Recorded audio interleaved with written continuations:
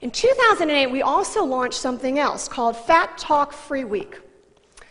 Now, the idea behind Fat Talk Free Week is that we wanted to take one tiny piece of the Reflections program and share it with a broader group of people. It was also meant to be a marketing campaign to launch the Reflections program. We really only expected to run it once. As part of Fat Talk Free Week, we put out a video to spread our message. Now, for those of you who are wondering what Fat Talk is any speech that implicitly or explicitly reinforces the thin ideal standard of female beauty. So it's, do I look fat in this? Does this make my butt look big?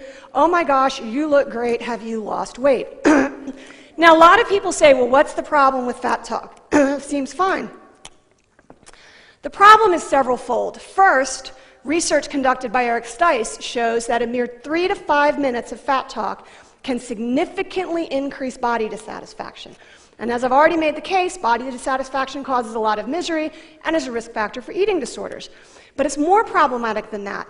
In the previous talk, you heard about the obesity crisis, and lots of people think when we say that we want to reject the thin ideal, that we are suddenly embracing obesity. Let me assure you that is not the case. In the Reflections program, we explicitly state to people that we are promoting the healthy ideal, which is however your unique body looks whenever you are doing all of the things necessary to appropriately and simultaneously maximize your physical health, your mental health, and your quality of life. And trust me, for the vast majority of women, that looks nothing like the thin ideal unless they're walking around with a digital enhancer in front of them. So, the other problem with Fat Talk is that research suggests that body dissatisfaction is also associated with decreased activity and worse consumption of fruits and vegetables. And prospective research conducted by Diane Newmark-Steiner and her colleagues shows that adolescent girls who like their bodies gain less weight over time than adolescent girls who hate their bodies. And in case this doesn't make intuitive sense to you, I'd have you think about it this way. Imagine you have a car that you hate. How do you treat it? Do you wash it? No.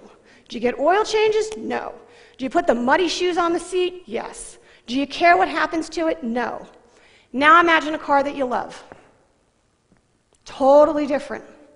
Turns out our bodies are no different than that car. We as humans don't take good care of anything that we dislike.